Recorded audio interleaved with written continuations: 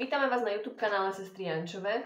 A dnes si povieme o našom najnovšom diele Zóna 300, teda našom najnovšom komikse Zóna 300, ktorý je o čom? O zombíkoch. V prvom rade. Áno, to je tá kratšia, teda veľmi krátka verzia. Áno, ale vlastne sú vonku zatiaľ prvé 2 časti a budú ešte 4 časti, čiže je to 6-dielna séria komiksová. A o čom vlastne tento komiks je? Čiže ako sme povedali, je o zombíkoch v prvom rade, ale teda, aby sme nepovedali len takto v skratke, tak prvá časť, ktorú vidíte aj tu, s názvom Apokalypsa, rozpráva príbeh, alebo teda sa deje vlastne o... Takže vlastne prvá časť Zóny 300. Prvá časť Zóny 300 Apokalypsa sa vlastne odohráva vo prítomnosti v podstate. Sú tam 2 naše postavy, ktoré kedysi sme vytvorili v komikse Demo a Diana. Čiže Demo a Diana vlastne... A tieto postavy sú vlastne vsadené do nového prostredia, čiže sme ich oživili a stanú sa tam úplne nejaké nové veci. Ale v podstate pointa tohto celého je to, že vznikne apokalypsa, svet sa zmení v najhoršiu Vznikne Z-Demo. Áno, vznikne Z-Demo a vlastne svet sa premení na najhoršiu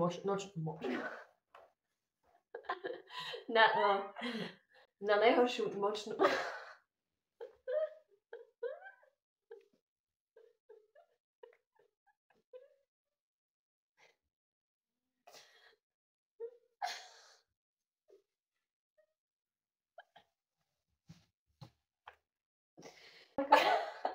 A mne je to počuť. Svet sa zmení v najhoršiu nočnú moru ľudstva.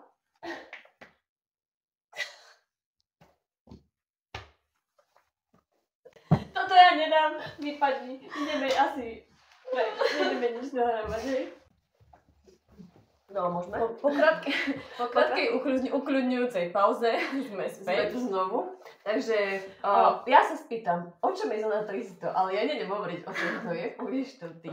Tak Zóna 300, prvá časť, Apokalypsa, rozpráva o príbehu Dema a Diany, ktorí vlastne čelia finančným problémom, ak si dobre pamätám. Áno, Diana si nemôže nájsť prácu. Demo sa aj tiež snažil pomôcť, aby si našla prácu, ale nenašla. Bola na nejakých 300 pohovoroch, tuším. Vôbec sa aj nedarí, vlastne ani v osobnom, ani v pracovnom živote. Dobre, ale teda pointa tejto prvej časti je to, že stanú sa vlastne jeden deň také udalosti, ktoré, lebo ona vlastne má superschopnosti aj spolu s Demom, s jej psom. Ona dokáže ovládať negatívne emócie a on pozitívne a zároveň ešte akože majú trošku také rozšírenejšie. Ale o tom sa už dozvedia ďalej. No a v podstate sa stane to, že príde jedna udalosť, ktorá jej schopnosti úplne,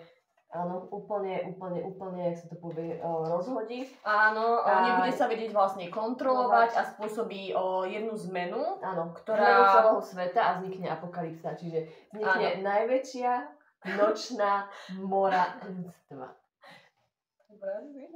Dobre, a o čom je druhá časť Zóny 300? Necháme sa na ďalšie video. Môžeme iba povedať skrátke, že vlastne druhá časť je pokračovaním prvej, že sme tu vlastne podali iba túto informáciu a tu je už naša nová postava Peter, ktorú sme... Staronová postava, keďže to je postava, ktorú sme vytvorili ako úplne prvú postavu. Peter Šprt. Dobre som to... Peter Skúška, ty vždy povieš Šprt. Na každom workshope povieš Peter Šprt a potom to bolo, že Peter Skúška. Dobre, však som povedala Peter Skúška. No dobre. No, takže vlastne obnovili sme, alebo teda vrátili sme späť našu úplne prvú postavu, o ktorej je vlastne aj, o ktorej je tento komiks, druhá časť, Zóna 300, Čierny Peter, už sám názov o sebe hovorí, že je o Čiernom Petrovi, teda o Petrovi. A prečo Čierny Peter? Prečo Čierny Peter, to tiež zistia vlastne v komikse, nie že zrovna v tejto časti, ale až v ďalších častiach. Ale o tom potom. A vlastne v tejto časti... je trošku taká temnejšia táto časť. A je tam viacej bojov so zombíkmi, pretože Peter po nejakých pár dňoch, tuším týždňoch, od toho, ako vlastne sa zmenil svet v najhoršiu nočnú moru ľudstva, tak sa vyberie do tunelov, v ktorých má byť uložený kľúč k kľúč, ktorý by mohol, ktorý dokáže akoby zvrátiť zmenu, teda aspoň sa hovorí, že by to mal dokázať tento kľúč, tak sa vydá pátrať proste s dvoma zombikmi, zombie demom a zombie tankom, čiže Z demo a Z tank, čo sú vlastne zvieratá, prevedené zombikov, tak sa vydajú vlastne do týchto tunelov a tieto dve postavy, teda vlastne